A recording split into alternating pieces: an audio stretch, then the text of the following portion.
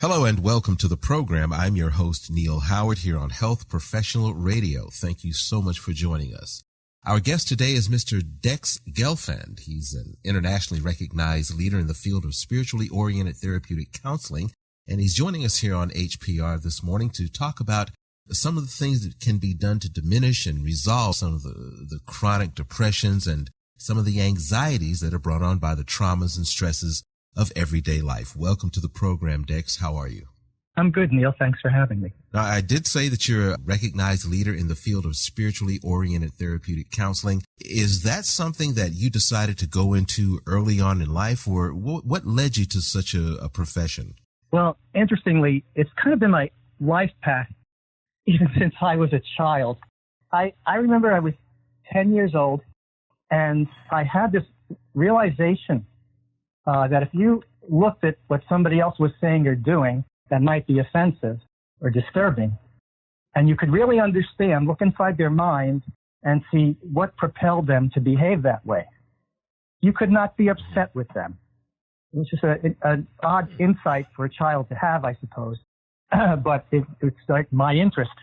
And I think understanding that really motivated me, gave me lit a passion to try and find ways to bridge, to have that understanding and make that available. Now, having that understanding at such an early age, for our listeners who may be unfamiliar with therapeutic spiritual counseling, talk about your services and talk about how what you just explained relates to those services. All right. Well, I think that the first thing to understand or recognize is it's of tremendous value if we can just all understand what I just said, whether we're applying it to ourselves or to others. You know, everyone thinks that their issues or their neuroses or whatever are so unique and different and worse than everybody else's. Literally, everybody does, trust me. And we all understand there are always reasons, okay? And understanding those reasons, or just knowing that if those reasons were understood, it would all make sense, and nobody has to judge themselves or others. So basically, generally where these things come about is things do happen in life that come with great impact and speed. And so we can't really digest them. You know, it's just too much pain, too much fear, too fast. And we employ these defensive mechanisms to try to not feel it, you know, and trying to not feel something simply maintains it, is what it does. It's just like very analogous to eating and food. If something sits in your stomach undigested, it's going to create all kinds of problems. Same thing with your mind. And the thing that is very helpful to understand, you know, people do something just as simple as saying, I don't want to talk about that. That's the simplest example of a person trying not to feel their own feelings because they're difficult. But understand this, when we are dealing with the pain or fear of an experience after the fact, we're dealing with what is in our mind, not something slamming at us inside of a few seconds. And we have what I call your spiritual compass. It's this wonderful natural instinct that, invited the right way, as I would do in a counseling session, allows you to experience and spiritually digest the energy that is the specific feeling that's disturbing you. It acts as a valve that will just send out the perfect rate of flow that you can absorb and digest that material. It's not going to overwhelm you. You just effortlessly allow the energy that is that specific feeling to sort of express through you. It takes some training. I can work this with anyone, but just understand the material that's in your mind through spiritual compass is never going to overwhelm you. It's your resisting it that's holding it in place so strongly. And so everything is a matter of accepting rather than resisting. There's a little technique involved, but it is simple. Describe briefly an online training session, not training, but counseling session, because this counseling is online, right? Yes, this is an area that I am sort of a pioneer in, and I've trained many other practitioners how to work over the internet. And there are advantages. There are many advantages. For one thing, nobody has to travel. My clients are literally in every continent on the planet. All they have to do is walk from one room to another.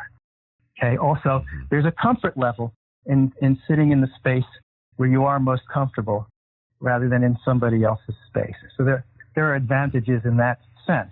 Now, to do this, to be a counselor in this field, I don't think you have to be brilliant. You just have to have a passion for helping people in this way. I find that anybody who does can become quite good at this. Basically, someone like myself working with you have a certain presence, very, very non-judgmental. Like you go, it's beyond judgment. There's no reason to judge. There's never a reason, in my opinion, to judge a person. You can judge an action. You can judge a statement. But to categorize anyone as being so one-dimensional as to describe them by something you've seen, that's inappropriate. So once you cross that barrier and that person feels safe to open up. But I know that's me. People have told me my whole life. Strangers have walked up to me and said, hey, I feel like I can talk to you, and spilled their gut. I'm not the only person in the world that is this way. There are many people like this, and they're approaching whatever they do in their own way. And we just explain that person should just allow whatever comes into their mind to express, to convey it to me when they're moved to convey it to me, and that nothing that enters the mind, once we address a subject that's disturbing for them, nothing about it is irrelevant. Whatever comes up is going to be relevant to what they need to process. How does this differ, being spiritual counseling as opposed to strictly mental health counseling? It would seem that if you're talking about understanding the reasons that people do things that they do, does this require a person to have a specific belief system, a specific spiritual path in order to benefit from your modality? No, and I think that any system that does involve that is self-limiting and encourages or forces a person to shoehorn their experience to fit somebody else's description. And I've seen many, many systems that do that. I think that's a problem. I think that what it is, it allows a person to see things through their own filters, to see how they are creating their lives and their experiences and viewing them without imposing any, this is a system that explains everything for you. I believe that's a liability. There was, when I was in third grade, I went to a class trip to Thomas Edison's museum. There was a sign hanging in the museum to make my point that stayed with me ever since. It was by a 19th century painter, Sir Joshua Reynolds, who was appointed to the royal court to do portraits. And it said, there is no expedient to which a man will not resort to avoid the real labor of thinking. Everybody wants, not everybody, but people generally don't want to have to think things through, analyze and investigate everything for themselves. We are way too susceptible to accepting somebody's system of explaining things. And there's so much more value in looking at each situation and experience in life as unique without trying to create an overall frame of reference for understanding or viewing things.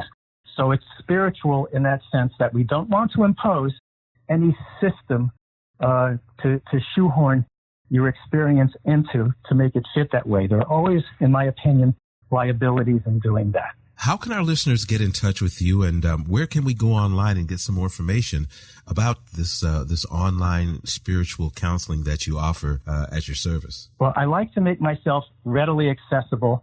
The most direct way is through my website, dexsessions.com, one word, DEXSESSIONS.com, sessions plural, dexsessions.com. There's a contact page.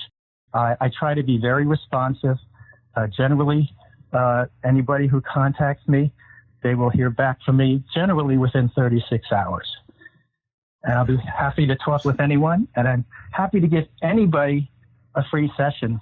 I had the opportunity to work with a veteran who had post-traumatic stress syndrome, a former Army Ranger. It was my honor, and it really changed him. He felt so much better. I welcome such opportunities. Well, I thank you for joining us on the program today and giving us this information. Dex, it's been a pleasure. Thank you for joining us. Again, thanks for having me, Neil. It's a pleasure for me, too. You've been listening to Health Professional Radio. I'm your host, Neil Howard. Transcripts and audio of this program are available at hpr.fm and healthprofessionalradio.com.au. You can also subscribe to this podcast on iTunes, listen in and download at SoundCloud, and be sure and visit our affiliates page at hpr.fm and healthprofessionalradio.com.au. Thank you for listening to Health Professional Radio. We're very proud to be an independent broadcaster providing our content free of charge to you, the listener. One of the ways that we're able to remain free and independent is by having people like you become patrons. You can support Health Professional Radio simply by visiting hpr.fm and clicking the button that says Become a Patron. Your patronage of even just $1 a month lets us know that you're there, which in turn makes us more valuable to advertisers. And, of course, if you're able to afford more, then we would certainly appreciate the support. My name is Toby Longhurst from Health Professional Radio. Please visit hpr.fm, click the Become a Patron button, and support us if you can.